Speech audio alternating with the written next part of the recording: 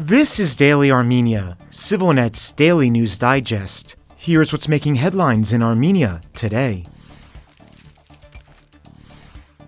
U.S. Ambassador Kristina Kvien told members of the American Chamber of Commerce in Yerevan yesterday that U.S.-Armenia relations have reached their deepest and strongest point in history, driven by a year of major diplomatic developments and new economic initiatives. The ambassador highlighted the significance of the August 8th White House summit in Washington, where Armenia and Azerbaijan initialed but did not sign a bilateral peace agreement. She said commitments made at the summit affirming the inviolability of national borders can help lift the burden of fear for Armenian citizens and give global investors greater confidence in Armenia's stability. A central outcome of the summit was the launch of TRIP, the Trump Route for International Peace and Prosperity, which aims to reopen trade routes and link Armenia to new global markets. Kvien said TRIP will give Armenian businesses more options for imports, exports, and joint ventures, allowing the country to negotiate the most favorable commercial terms. The ambassador also outlined 3 memoranda of understanding signed between the United States and Armenia, covering energy security, advanced technology, and border modernization. She also referenced ongoing negotiations on a civil nuclear cooperation agreement, efforts to secure semiconductor supply chains, and the recent U.S. export license enabling Firebird's planned $500 million AI investment in Armenia.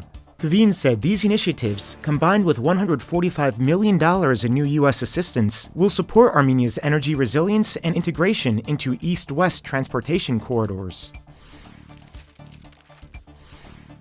The European Union is closely monitoring the recent arrests of political figures and protesters in Armenia. Czech Ambassador Petr Purunčík told ＳivilNet, stressing that while Armenia remains a democracy, Brussels is following the situation with serious attention. Purunčík said the EU's concern is not about questioning Armenia's democratic trajectory, but about ensuring that the handling of detentions, investigations, and public demonstrations remains fully aligned with European democratic standards. Armenia is still a democracy, he noted, but of course, these developments are something the entire EU is watching very carefully. The ambassador emphasized that scrutiny from European institutions is a normal part of relations with any democratic partner, especially one undergoing reforms. He said the EU expects transparency, due process, and clear communication from authorities regarding the grounds for each arrest. Maintaining public trust, he added, depends on ensuring that political competition and civic activism are protected. Despite those concerns, the ambassador underscored that the EU continues to view Armenia as a committed partner that has made significant strides in democratic governance. He reiterated that European support for reforms, civil society, and institution building will continue, but added that Brussels expects the government to uphold democratic principles.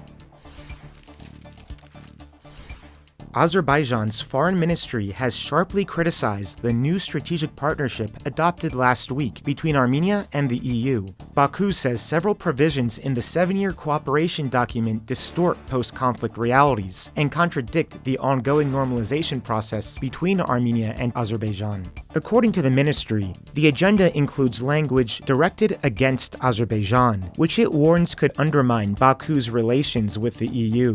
In particular, officials object to the description of Armenians who left Nagorno-Karabakh after the 2023 military operation as refugees, insisting that these individuals voluntarily relocated to Armenia. Baku also rejects references to the full implementation of International Court of Justice rulings, saying that implicitly supports Armenia's legal claims while ignoring Azerbaijan's own counter cases. Another point of contention is the document's call to maintain the EU monitoring mission in Armenia. Azerbaijan argues the mission has been used as a propaganda tool and should be withdrawn. Armenia's foreign ministry has not yet responded to today's statement.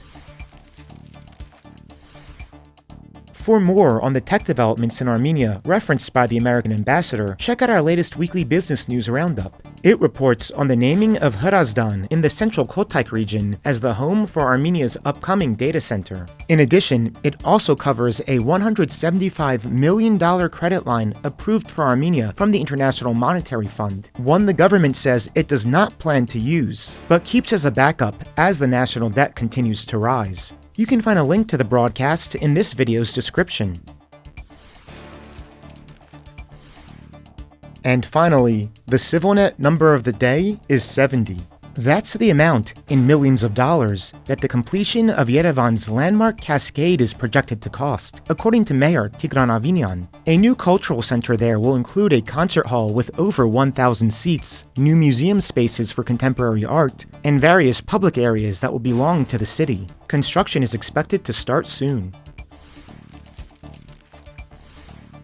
And as always, please follow CivilNet for the latest news and independent reporting from our contributors on the ground here in Armenia.